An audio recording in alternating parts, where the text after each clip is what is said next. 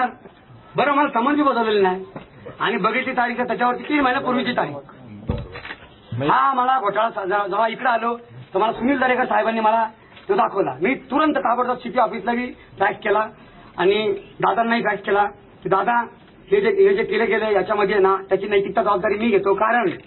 कारण की सुनील दरेकर हे नवीन पी आहे, त्यांना याबद्दलचं काही माहिती नव्हतं. टिळे सरांना सगळं माहिती होतं, परंतु टिळे सरांनी असं नव्हतं करायला पाहिजे आणि हे काहीतरी मोठी फसवणूक आहे. जावेद, मला सांगा की तुमच्या विरोधामध्ये एवढे तुमच्यावरती गंभीर आरोप आहेत, खंडणी असेल, खून असेल, त्याच्यानंतर तुमच्या विरोधात कोणी निवडणुकीला उभं राहिलं नाही, एवढी तुमची दहशत आहे आणि तुम्ही असं म्हणताय की काहीच नाही. आणि अशा पद्धतीनं ऐका प्रश्न ऐका ना माझा, पोलिसांसमोर येऊन त्यांना सहकार्य करणं, तुमची जी काही बाजू आहे ती मांडणं, असं न करता तुम्ही आता त्यांना इमोशनल ब्लॅकमेलिंग करताय किंवा मी आत्महत्या करीन, हे बरोबर आहे का? 2 मिनिटं सांगा. 1 मिनिट मी सांगतो तुम्हाला. सर, मागच्या वेळेस नकली नोटा प्रकरणी बांगलादेशी मुस्लिम कुणी पकडून दिले? कोण आला समोर? नाही, ऐका 2 मिनिटं ऐका सर, 2 मिनिटं ऐका तुम्ही 2 मिनिटं ऐका सर. मी स्वतः आलो, मी स्वतः तो भ्रष्टाचार बाहेर काढला सर. 3 दारूची दुकानं मी बंद केली. त्याच्यानंतर पोलिसांनी माझी किती हाल केले माहिती आहे तुम्हाला सर? किती अत्याचार झाला माझ्यावर माहिती आहे?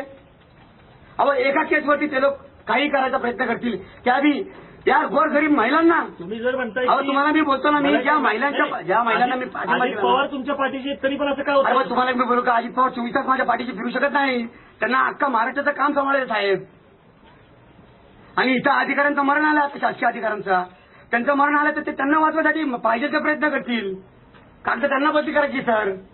आता कसा विश्वास ठेवणार मी? तुमच्यावरती जे आरोप होते त्याबद्दल तुमचं काय म्हणणं? कुठले? हे तर आरोप खोटे आणि त्या आरोपाबद्दल त्यांनी मला फाशी जरी दिली ना, मी आत्ता घेईल. मला तुम्ही संधीच्या मीडियावाल्यांनी हायकोर्टमध्ये मला अप्रोच होऊ द्या, मला ते सगळे पेपर दाखवू द्या आणि ना हे बघा, मला जबानी द्यायची गरज लागणार नाही. मी माहितीच्या अधिकार सगळी माहिती काढलेली बरीच माहिती आणि त्या पेपरद्वारे ना आपोआप शासन होईल.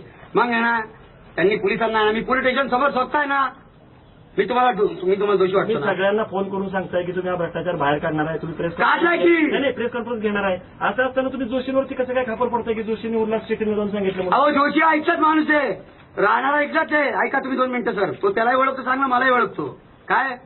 आणि ना आजम माईच्याबद्दल आता जे प्रचार झाला त्या प्रचारामध्ये काय काय झालं ना, हे बोलणं झालं. इथलं फक्त तो गेला ना तर मग ते त्याचा तिकडे सांगितलं आणि बऱ्याच नागरिकांना माहिती येतं की बाबा कॅन्डिडेट बद्दल काय झालं आणि काय नाही झाले. दोन्ही राष्ट्रवादीचे नगरसेवक आहेत. ऐका 2 मिनिटं. दोन्ही असं त्यांच्या भांडणामध्ये असं सगळ्या व्यवस्थेला पोलिसांना. पण मी तुम्हाला एक बोलू का, तुम्हाला एक मी बोलू का, जरी मी पक्षाचा असलो काय तर मी भारताचा नागरिक नाही. पक्षाचा असलो उमेदवारीवरून काय झालं? नाही, उमेदवारीवरनं काही झालेलं नाहीये. आणि आहे ना तुम्हाला मी सांगतो, उलट आमचे जे मुस्लिम बंधू आहेत ना, तुम्ही मरकजमध्ये जाऊन यांना विचारा. त्यांना मी जाऊन विनंत्या केला कि बाबा तबलीग जमात वाले भी, आप लोग भी इस बार एक कैंडिडेट अपना ऊपर जा रहा है तो अल्लाह ताला के रहम व करम से बाबा बस उनको मदत करो करके.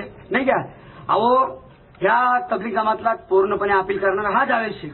दुसऱ्या बाजूनी काही मदत झाली नाही का काय निवडणुकीमध्ये? अहो, माझा मी आजारी होतो, माझं ऑपरेशन झालेलं होतं. हो तुम्ही यांना विचारा. इथं टाक्या अजून माझे ना, अजून मी एक सपोर्टिंगला टाका ठेवलाय, बघून घेतो मी. बघा सपोर्टिंगला टाका अजूनही होत आहे माझ्याकडे.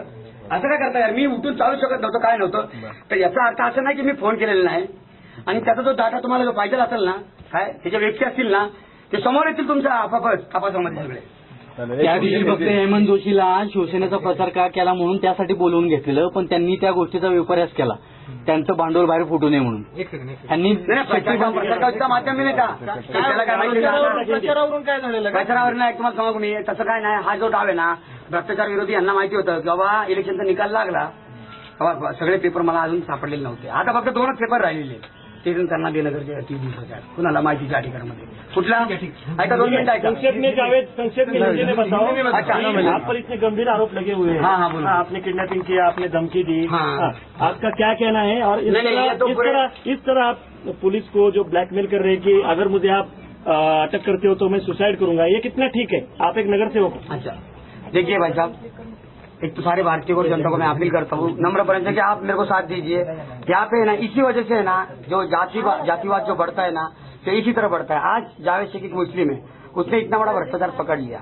पकड़ लेने के बाद में मेरा काम चालू था, जब तक उनके हाथ अड़े थे तो वो लोग कुछ कर नहीं सके. अभी इलेक्शन का निकाल लग गया, उनको चांस मिल गया, वो लोगों ने मैनेज किया, मैनेज करके मेरे पे झूठा आरोप लगाया. ये आरोप तो मुझे मान्य नहीं है, लेकिन फिर भी आप मीडिया वालों को मैं जवान देता हूँ, ये लोग को लगता है ना कि वो मैंने कौन किया है। पार्षद है आपके खिलाफ जो पार्षद जो है ना, जो शेट्टी लोग है ना, उनके पूरा पुरावे है नाम ना। क्या है उनका? जगदीश कौन सी पार्टी के है वो? जगदीश शेट्टी पक्ष नेता है, इसकी ये पूरे अधिकारी उसके अंडर में चल रहे। उल्ला शेट्टी उनका भाई है। अभी आप यहाँ से जाकर देखेंगे साहब, और मैं आपको अभी फोटो दिखाता हूँ, सब जो कुछ डॉक्यूमेंट दिखाता हूँ फेरफार, उसको भी आप शूटिंग में लीजिए और मेरे को बताओ कि मैं इधर अंदर बंद रहना उचित है कि नहीं है। क्योंकि इसके पहले भी मेरे को 3 महीना पहले ये लोगों ने झूठा केस कर चुके हैं, 2-3 बार हो गया, और तो भी झूठे केसेस हो गए। आपके पार्टी के किसी वरिष्ठ नेता से क्या तभी दखल दादा ने तभी दखल लिया था अजित पवार ने। अभी रात से मेरे उनसे कांटेक्ट नहीं हो गए, संबंध नहीं हो गए क्या? इसके लिए मैं परेशान हूँ। अगर उनसे मेरा संबंध हो जाता था ना तो तुरंत कुछ ना कुछ जरूर पक्के एक्शन ले लेते, मेरे को मालूम है, क्योंकि ये भ्रष्टाचार के अंदर है ना। क्या उनके हाथ से ओपनिंग करवा के सारी चीजें दबाना चाहते थे ये शक्ति परिवार। क्यों? अभी भी 3rd फ्लोर अनऑथराइज है, उसका पार्ट कंप्लीशन का सर्टिफिकेट मैं हाईकोर्ट में जाहिर कर चुका हूँ। अभी जो मुख्य महसूल के जो कागज पत्र है, जिससे बाबा बहुत ही जरूरी है, इसमें बहुत बड़ी लाइन लगेगी। किसने किसने कालाकांडी किया है। देखो, शासकीय 1963 से लेके तो अभी तक का रिकॉर्ड निकाला है, और इतने बड़े रिकॉर्ड के अंदर अगर कुछ अंदर चेंजेस कर रहे सर जाके, तो ये अपने देश के लिए बहुत बड़ी घातक